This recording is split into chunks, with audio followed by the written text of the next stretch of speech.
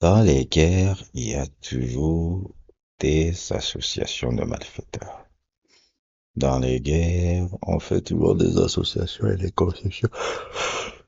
Quel objectif? Et Wanabe Basquiat, vous savez qu'il ne saute jamais bien sur une opportunité pour pouvoir se faire des sous, quitte à poster deux, trois carottes à certaines personnes qui n'aiment pas trop dans son collimateur.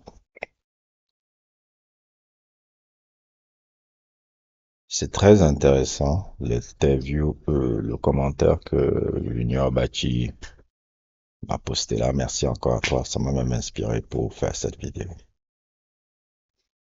Euh, Mon avis, parce qu'il y a, c'est Warren Buffett. Et il s'en fout de vos positions, il s'en fout de tout, c'est le digne fils de Warren Buffett. Tout ce qui l'intéresse, comme d'habitude, c'est qu'est-ce qu'il va lui mettre dans ses poches. Et il a trouvé dans ce bif-là qu'il a regardé avec attention comment je vais rentabiliser ce truc. Ce mec, ce mec, c'est un génie. Donc, je peux pas le dire. Il est fort, hein, ce gars. Et moi, il me dépasse. Il est très fort, le mec, là. Le gars, là, me dépasse. A dit que tu as l'impression que le gars, là, ne regardait pas le bif. Hein. T'as l'impression que le gars, là, ne regardait pas le bif, qui n'est même pas dans vos conneries, là. Non, le gars regardait avec attention. Il a regardé avec attention. Il a dit, comment je vais me rentabiliser sur un truc comme ça. Il va être la headline du Super Bowl. Non, ça veut dire que c'est même depuis mai. Depuis mai qu'il voit ça. Non, le gars là est fort. En ce moment, l'impression que le gars là n'est même pas concentré sur les trucs. Non, il regarde tout ce qui se passe. Même les critiques qu'on lui fait. Hein. Même les critiques qu'on lui fait. Et ne croyez pas que c'est pas hasard que je dis Wannabe Basquiat. Quand je dis Wannabe Basquiat, c'est pas seulement juste pour me moquer ou quelque chose comme ça. C'est aussi pour me protéger et protéger ma chaîne au cas où les critiques que je fais à Wannabe Basquiat lui parviennent. Parce que il aime souvent quand on critique un peu et quand il structure, c'est quelqu'un qui est très fort aussi pour regarder tout ce qui se passe chez les créateurs de contenu. Il y a des gars qui sont des spécialistes. Je suis pas le seul spécialiste anti-Wannabe Basquiat. Et il est capable de censurer leur page. Maintenant, quand je dis Wannabe Basquiat, je ne dis pas son nom. Je ne dis pas son nom ou sa marque qui permet à ce que il puisse avoir la possibilité de censurer ma page. Donc, je l'appelle Wannabe Basquiat. C'est pas juste pour c'est pas juste pour le narguer. Non, c'est pas juste pour faire tu vois, un peu de la plaisanterie. C'est aussi pour me protéger. Parce que le mec là, je connais ses moves un peu là. Moi, je me parle, je dis, tu au cas où il veut faire les trucs, je dis, je parle Wannabe Basquiat, je parle pas ton nom. Donc, Wannabe Basquiat, c'est comme ça qu'il est. Il est un grand champion des opportunités pour mettre des sous en poche. Mais aussi, Wannabe Basquiat est quelqu'un de péri. Il est immensement péri. Et lui et Jimmy, ça n'a jamais été l'amour fou. Ah, ça, Jimmy, ça n'a jamais été l'amour fou. Il garde encore sous la gorge le jutsu que Jimmy lui a fait à l'époque où il sortait Tidal. Il devait être un artiste aussi sur Tidal. Jimmy lui a fait une virgule en partant chez Apple. Oh, ça, dans le cœur de Wannabe Basquiat, il l'a jamais accepté. Ouh là là là là là là là là. Wannabe Basquiat est un gars péri. Il n'oublie jamais ce genre de truc. Même s'il te dit pas, il n'oublie jamais des trucs que tu lui as fait comme ça. Vous vous rappelez de ce truc à cette époque-là? Jimmy il avait fait le truc là où il avait fait ça.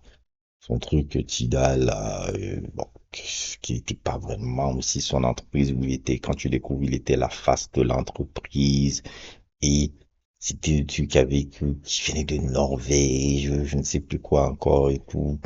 Il était celui qui faisait la promotion de cette entreprise-là. Il avait essayé d'amener les artistes. Les artistes ont payé je ne sais combien. Il dit que ce sera pour les artistes. À l'époque, il avait déjà fait son Che Guevara et autres et tout. Tous les artistes se sont fait douiller par lui et autres et tout. C'est comme ça même que ça a fait qu'il ait même quelques problèmes avec Rihanna, etc. Les problèmes avec Kanye West sont sortis aussi à cause du type de Didal où les gars se sont rendus compte que merde, l'histoire là, en fait, ça nous douille. Snoop Dogg aussi commençait à se plaindre. Bref, comme tu joues les scams de nos amis, ouais. Les scams de notre ami, voilà, parce qu'il y a, quand tu commences à découvrir un peu derrière, tu dis, là, là, là, là, là, là, là. Donc, quand il fait ça, il sait exactement à qui, il sait exactement, il est aussi péri.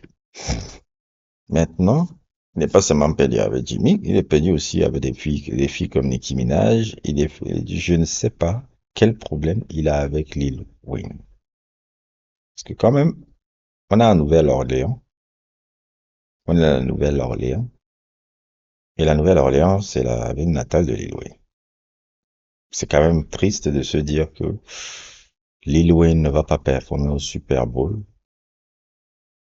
ou n'est pas headline de Super Bowl, dans sa ville natale. Nous, la Nouvelle-Orléans, c'est Lil Wayne. C'est Lil Wayne, le gars. Mais bon, faut comprendre aussi que Lil Wayne aussi, je ne sais pas s'il a toute sa tête encore, hein. La ligne, le truc n'a pas l'air très très bien en point. Quand vous voyez un peu les dernières images un peu du gars, les dernières photos du gars, il n'a pas l'air très bien en point haut et tout. Mais quand je vois aussi ce truc-là qui sort devant vous, là, où le manager de Lil Wayne exprime un peu sa déception un peu par rapport à l'annonce de cette situation-là. Je me dis aussi que peut-être Wannabe Basquiat les a fait une promesse particulière. Commencer à croire à des promesses du gars, là. Je sais pas comment au vieillage et en sachant l'historique du mec, là, vous pouvez croire encore à des promesses d'un mec, quoi. Pareil. Ils ont sûrement cru que des promesses que, normalement, peut-être, à la base, Wannabe Basquiat avait dit Lil Wayne va faire comment on appelle ça, va faire le Super Bowl. Le Super Bowl. Va faire le Super Bowl cette année.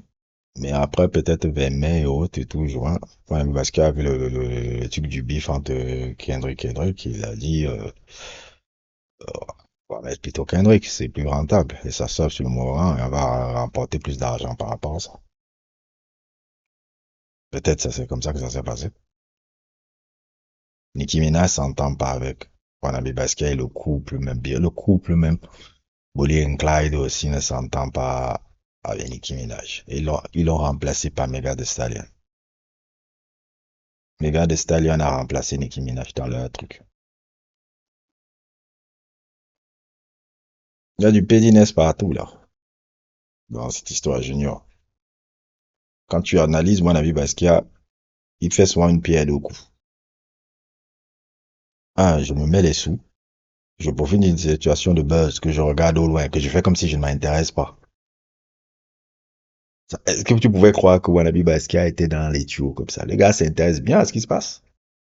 Je ne savais même- On a l'impression que non, le gars vit dans son monde, il ne regarde pas ces conneries-là, il est là, milliardaire. Non, non, non, non, il check. Il check. Il a vu là, il a dit, comment je peux me faire les sous là? Il a dit, ça c'est intéressant ça. Il a vu le bif, peut-être même il participait aussi à aider Kendrick dans le bif là. La manière dont il n'aime pas Jimmy, le gars là n'aime pas Jimmy, hein. Il n'aime pas Jimmy, pourtant il se ressemble beaucoup.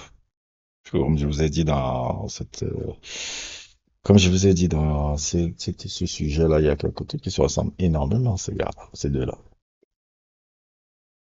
Donc, voilà, parce qu'il y a, tant que vous le mettez les sous dans les poches, le reste, il s'en qu'il arrive à un peu à donner deux, trois crottes de nez un peu aux gens, pardon, garde rancune, parce que c'est un homme qui garde excessivement rancune. Depuis le coup, ils font là. Et Kendrick, vous savez comment Kendrick est. Il est aussi stratégique. C'est deux hommes excessivement stratégiques. Je vais utiliser le Super Bowl encore pour mieux promouvoir mon truc contre Jimmy et asseoir encore mon truc par rapport à Jimmy. Et c'est pour ça que je dis, Jimmy, t'as souvent cru que tu es super malin. Je me rends compte à quel point Kendrick Lamar est un homme. Kendrick Lamar nous apprend vraiment beaucoup de leçons, hein. Quand tu mourres, les hommes influents bougent en silence. Les hommes vraiment puissants ne s'agitent pas sur le net, ne fait pas des tweets et des stories là. Ils mourent en silence et ils parlent qu'une fois. Il t'a encore fait checkmate là. Il t'a encore fait checkmate là. Toi, tu étais là, oh, tu sors les tweets, les blablabla, party next door, oh, round two, bah. Ah, il dit, bon, ok, je fais le Super Bowl là, en février. Le papa ne va pas suffire. Tu as vu comment il a gradué sur le délire. Maintenant, c'est ça, en plein, là, avant, il y avait d'abord Prime Time, mais là, ce sera encore pire. Oh, tu n'aurais jamais dû répondre au boy là. On te disait depuis le début de cette histoire-là, Jimmy, je t'ai dit que tu ne sors, tu t'en sors. Je te disais ça au début. Tu ne t'en sortiras pas vivant de cette histoire-là. Tu vas pas vouloir écouter, tu as des yes men qui te tuent. Voilà le résultat. Bref, n'hésitez pas à liker, n'hésitez pas à vous abonner et à plus pour d'autres aventures.